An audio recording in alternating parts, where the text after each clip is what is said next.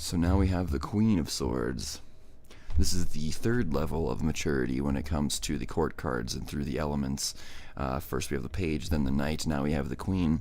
At least within this particular deck. There's other tarot decks out there who do things a little differently, but one of the things to notice about this card is that she's kind of a giant, it would appear, unless the clouds are just in the background.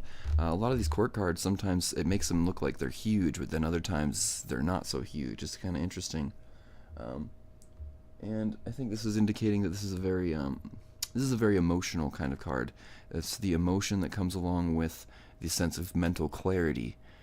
So it is indicating an intellectually based kind of idea because it is a sword card, but this blue tinge to the whole thing kind of represents the idea of it being the feeling that's associated with that particular idea. So really it's a sense of clarity. It's the sense of calm that comes from having a clear mind, having your head above the clouds and having a clear picture of what it is that's going on and what to do. She has a very clear view.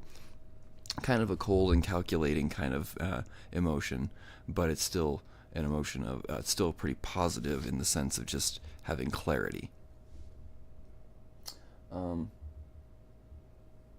know, sometimes people say that this is kind of a moody card because if you look at her, she doesn't look real happy. But clarity itself doesn't necessarily bring happiness, and sometimes it can bring kind of a pretty straight-faced, kind of neutral kind of perception.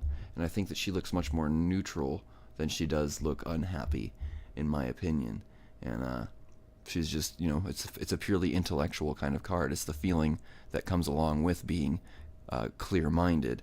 It's not necessarily a feeling of joy or happiness. It's just a sense of clarity. So seeing things for what they are, as well as being somewhat calculating. So that's pretty much it for this card.